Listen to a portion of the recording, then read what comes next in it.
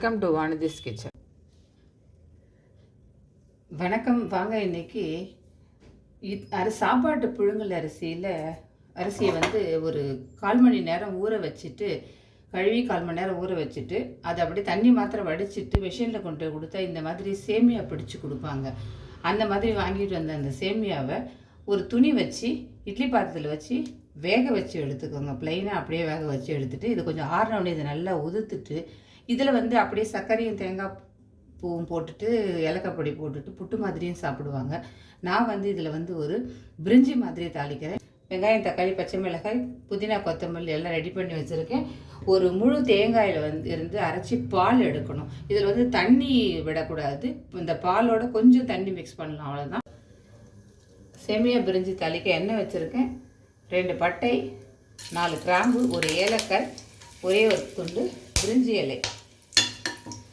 இது நல்லா சிவந்த உடனே இப்போ முதல்ல கொத்தமல்லி சேர்த்துக்கலாம். இந்த பச்சை மிளகாய் போடுறேன். காரத்துக்கு மறுபடியும் நம்ம வெறும் மிளகாய் பொடி போட போகிறோம். வெங்காயத்தை சேர்த்துக்கிறேன்.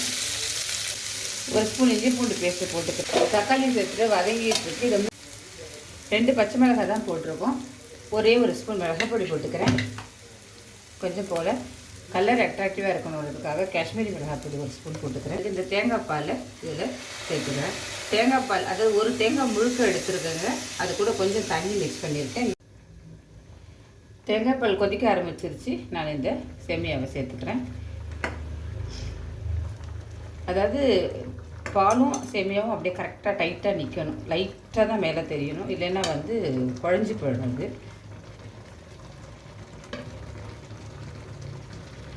நான் வச்சுருக்கிற அளவு கரெக்டாக இருக்கு பாருங்கள்.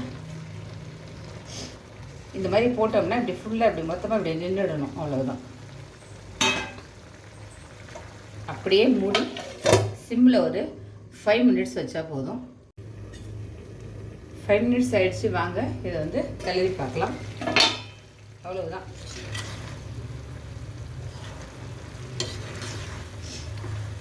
ரொம்ப ஜென்டிலாக கிளறணுங்க. உடஞ்சி போடும் அந்த சேமியா. ரொம்ப லைட்டாக அப்படி கிளறி விடுங்க, அவ்வளோதான். மேலே இருக்கிறது கீழே போன உடனே அது கொஞ்சம் நேரம் அது தேங்காய் பால் அப்படியே இழுத்துரும். மேலே இருக்கிறதுனா தண்ணி இருக்க மாதிரி தெரியும். ஆறின உடனே நல்லாவே ஃபுல்லாக இழுத்துட்டு உதிரியாக நல்லா அந்த சேமியா ஃபுல்லாக தனித்தனியாக வந்துடும். ரொம்ப சூப்பராக இருக்கும். ட்ரை பண்ணி பாருங்கள். கொஞ்சம் பெரிய ப்ராசஸ் தான் இருந்தாலும் ஒரு முறை ட்ரை பண்ணி பாருங்கள். ரொம்ப பிடிக்கும் உங்களுக்கு. ட்ரை பண்ணி பார்த்து பிடிச்சி நான் லைக் பண்ணுங்கள், ஷேர் பண்ணுங்கள், சப்ஸ்கிரைப் பண்ணுங்கள். அரிசி சேமியா சூப்பராக ரெடி ஆகிடுச்சு.